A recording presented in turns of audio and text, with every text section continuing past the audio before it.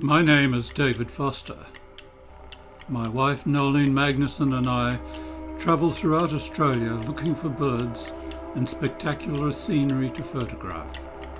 Join us on our journeys through this great country of Australia.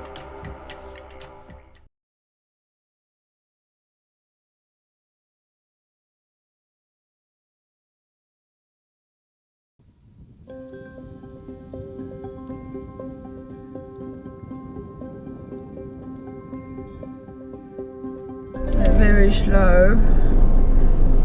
What way will they go? What way will they go? Here they go.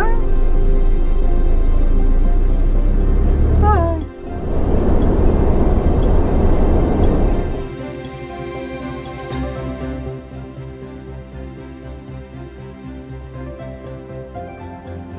Well, we've stopped at Cadney Park Roadhouse for a bit of a break. Maybe time to have a cup of coffee or drink of some kind or other. There's an awful lot of bull there. The road trains in the Outback are truly large, up to 55 metres long.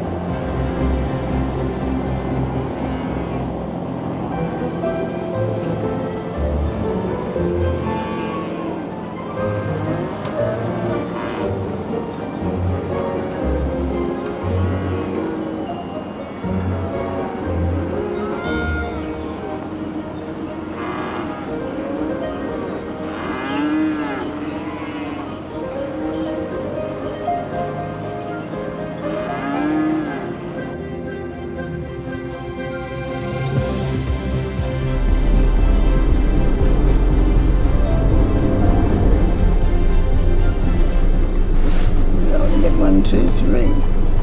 Going past the right. One, two,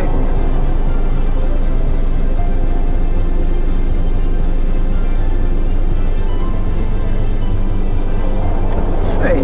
I'm going to let the truck.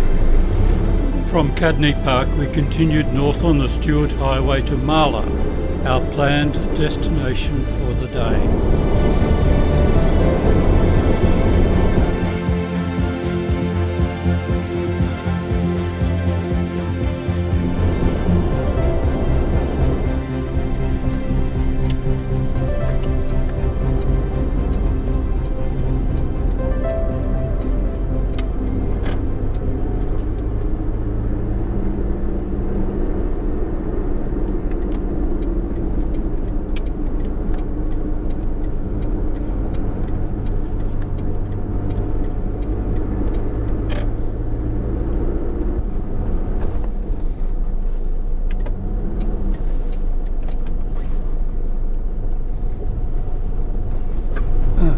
Parking Nolene. Oh, that's a roadway, isn't it? Yeah. Oh dear.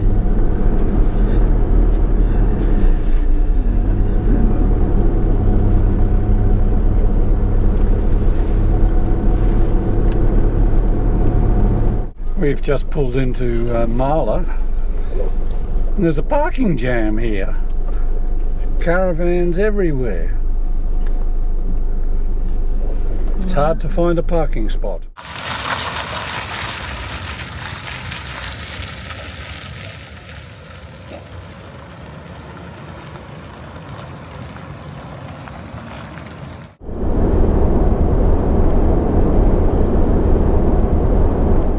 Well, we're at the Northern Territory border. We've had a long day's drive, driven much further than we had planned. We had planned to stop at Marla, but decided that 1 o'clock was a little bit too early to call it quit, and all we would have done all day is sit around and without much to do. So we decided to push on, and now here we are. The caravan is actually parked in the Northern Territory, although I'm standing in South Australia right at this point in time. The flies, the flies, the flies, they are really, really bad here.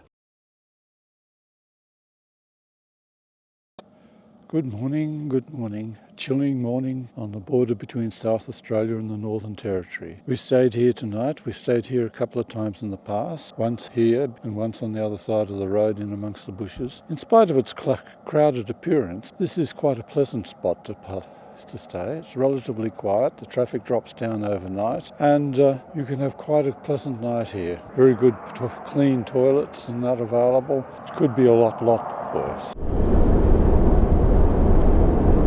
We're on our way to Curtin Springs, and as we do, we pass through a whole series of low red sand dunes. Hardly worth mentioning, except obviously they're the signs of the big sand dunes further and further east from here.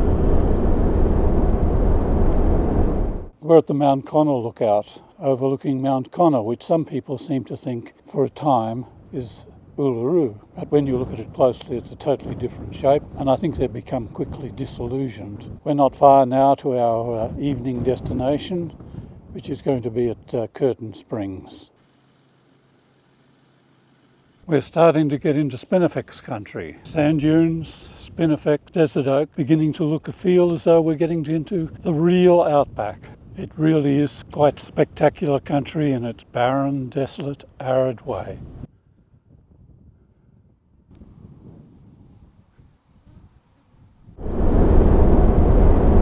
Passing through a lovely desert oak forest. Just gentle sand hills rising up and down, desert oaks. Very, very pleasant scene.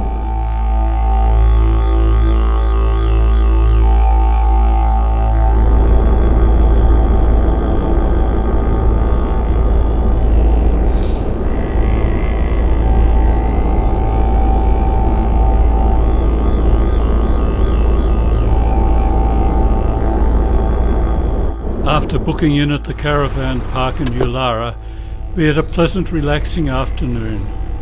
Coffee at the coffee shop, visiting the shops and galleries.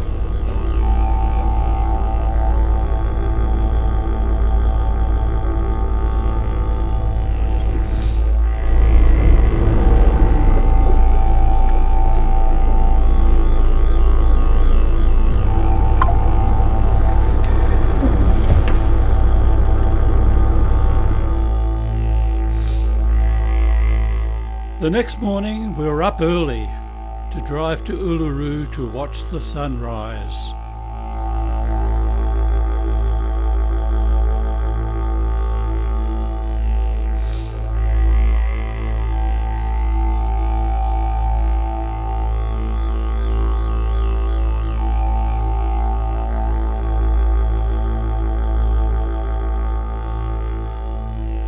Tell me what a wonderful time you're having out in the middle of the night. I'm not telling you what a wonderful time I'm having in the middle of the night because you'll put it on the video. Well, it's wonderful, isn't it, being out here in the bright fresh sun air. and fresh air. And when all those other people are on the hill and we're by we're ourselves. almost by ourselves, and Yeah. we're not with all the thousands of other people, or seems like thousands of other people sitting on the top of the hill. And we've talked to the man with the drone who didn't know he was not supposed to have one. Yeah, so we're doing good for the society. I still can't see the rock.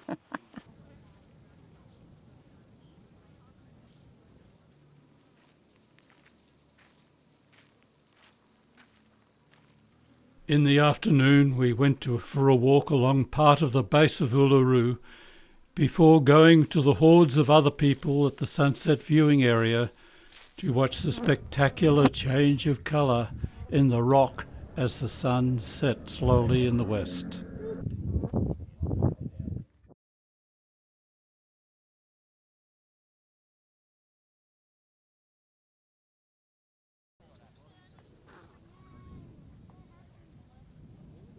Good morning. Another lovely day at Yulara and Uluru. I'm going for a helicopter flight later. Hopefully that should be good. It's a long time since I've been on one, so it'll be quite exciting. It's a pity they're so expensive, but that's just the way it goes. Last night we decided we'd do another one of the touristy things we can do around here, and we went to the Field of light display, where there are something like 50,000 LED globes in glass cylinders which keep changing colours spread over several hectares of land, and things like that. And to say the least, we were a bit underwhelmed by the whole thing. I know lots of other people who've been out to the Field of Lights and have absolutely loved it, but we didn't. It was interesting, it was a bit colourful, but it was also rather dull. The light intensity of the globes was really, really quite low, and in some cases quite difficult to see the variations in different colours and things like that. Must be a good money maker for the tourist company. This started off 7 years ago as something which was going to be there for 6 months only, still going, and it's going to be there for another few years until they feel that the LEDs and the infrastructure will have worn out and need to be replaced. But last night there were at least 6 coach loads of people, at 60 people in each coach, 360 people paying a minimum of $50 for the privilege. And quite a few people would have paid quite a lot more. If you paid $70 more, you could have had a drink and some canapes. If you'd paid several $100s more, you could have sat out there on the hill overlooking the Field of Lights and had a dinner. We're rather glad we stayed at the lower level. If you were one of the people who really, really enjoyed it and thought it was absolutely magnificent and wonderful, we're very pleased for you. We hope that you continue to enjoy it, but it wasn't for us.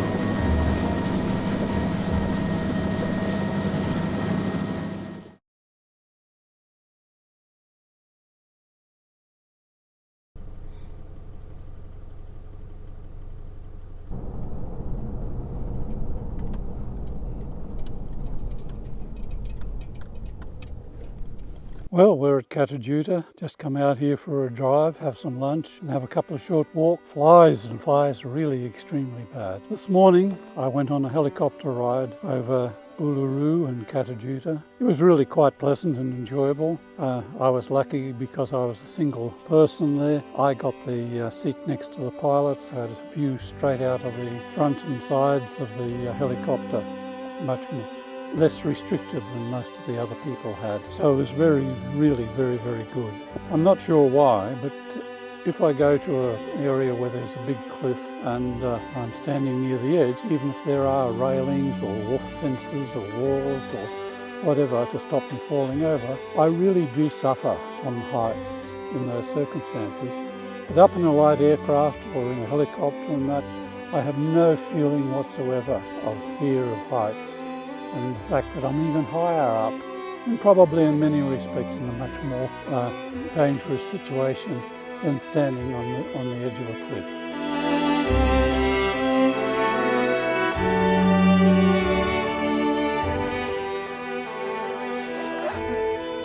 No birds, David.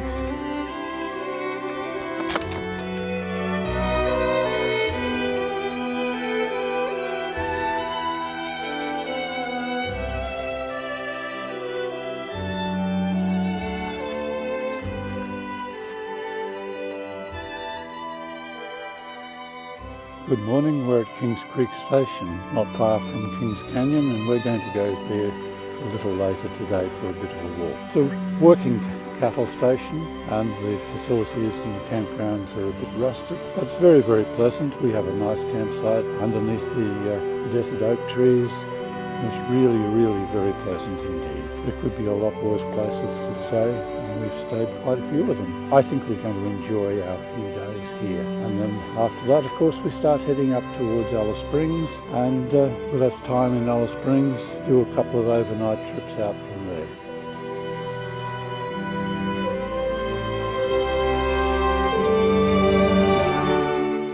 Well, we've just stopped on the side of the road to take a look at the lovely desert oaks forest that's growing along here. We're on the road between King Creek Station and Kathleen Springs, and further on to the King Canyon Resort. There's something beautiful about desert oaks and the way in which they mind the flies, the way in which the wind just whistles through the needle-like leaves of the trees.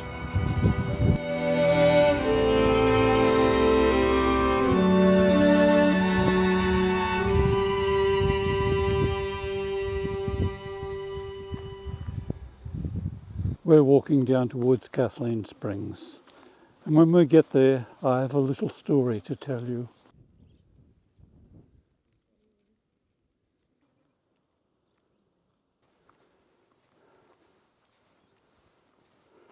Some old cattle yards, remnants of the days when this was all part of a large cattle property and not the national park.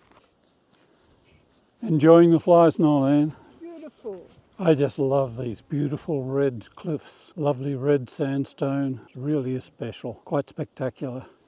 Beautiful flowers of the holly-leafed grevillea. Now, are we seated comfortably? Do we have our cup of tea or coffee? Maybe even a glass of wine, because I have a story to tell you. I promised you this, and now you have to have it. Well, we're at Kathleen Springs. It was a popular watering place and camping place for the local Mutjatjara people. When Ernest Giles, one of the first Europeans to come into this part of the world, came here, he was desperately short of water and was brought to this place by the local indigenous people. He filled all his water containers and his men drank all the water that they needed. They watered their animals, and after that they got their soap, jumped into the water hole and proceeded to have a good wash and swim. Probably had their first real clean up for some time. Then they washed all their clothes in the water, and when they'd finished they packed up and left. The local Aborigines were left. The water was contaminated and no longer fit for their use, so they had to pack up their camps and move on to find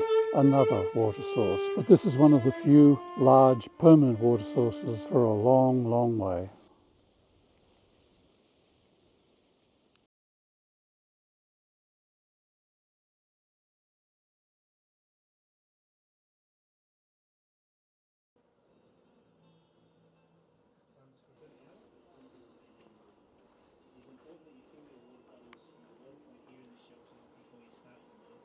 The South Rim Walk at Kings Canyon is probably one of the best walks in the Northern Territory. It is a truly spectacular walk, and we really loved it when we did it a few years ago. I'm just really disappointed that I won't be doing it again, at least not on this trip. And this will probably be the last time I'm in this part of the world, so that's about that. It starts off with a very, very steep climb, and that's enough to put most people off. But once you get to the top, it's relatively easy.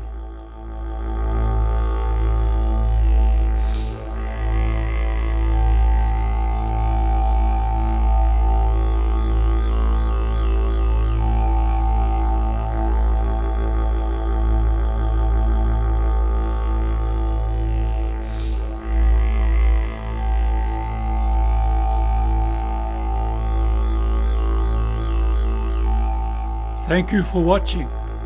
A like, a comment, and a subscription would be appreciated. Join us next time as we head north to Rainbow Valley, Alice Springs, and the wonderful East and West McDonnell Ranges.